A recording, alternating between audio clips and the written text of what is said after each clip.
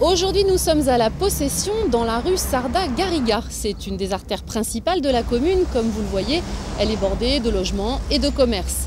Est-ce que Sarda Garriga est un nom qui résonne dans tous les esprits réunionnais? Nous allons tout de suite le vérifier.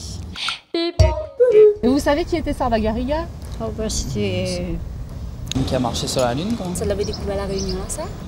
Qui a porté le message pour la libération de l'abolition de l'esclavage. Non, je ne vois pas. C'est lui qui a annoncé l'abolition de l'esclavage. Oui, voilà. Oui, j'ai appris bien sûr à l'école, mais...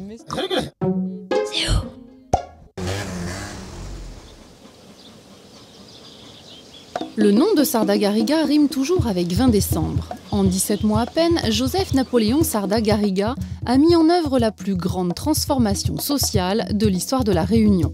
Né dans le Roussillon en 1808, le jeune Joseph commence sa carrière dans l'administration des finances.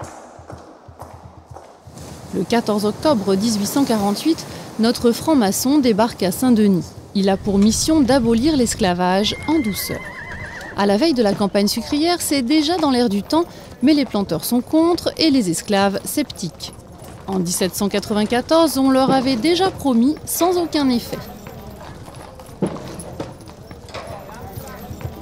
Pour éviter les troubles, Sarda Garriga entame mi-novembre un tour de l'île. Aux uns, il promet des indemnités pour la perte de leurs biens. Aux 60 000 esclaves, il parle de contrats de travail, vite interprétés comme du travail forcé. Finalement, le 20 décembre 1848, l'abolition de l'esclavage est proclamée. L'annonce ne provoque aucune émeute, mais au contraire, une nuit de liesse. Le lendemain même, tout le monde est à son poste. Un an plus tard, en revanche, pour Papa Sarda, le vent tourne. Sur ordre du nouveau président de la République, Louis-Napoléon, il est révoqué. Il quitte la Réunion le 12 mai 1850. Il meurt dans l'Eure, pauvre et oublié, en septembre 1877.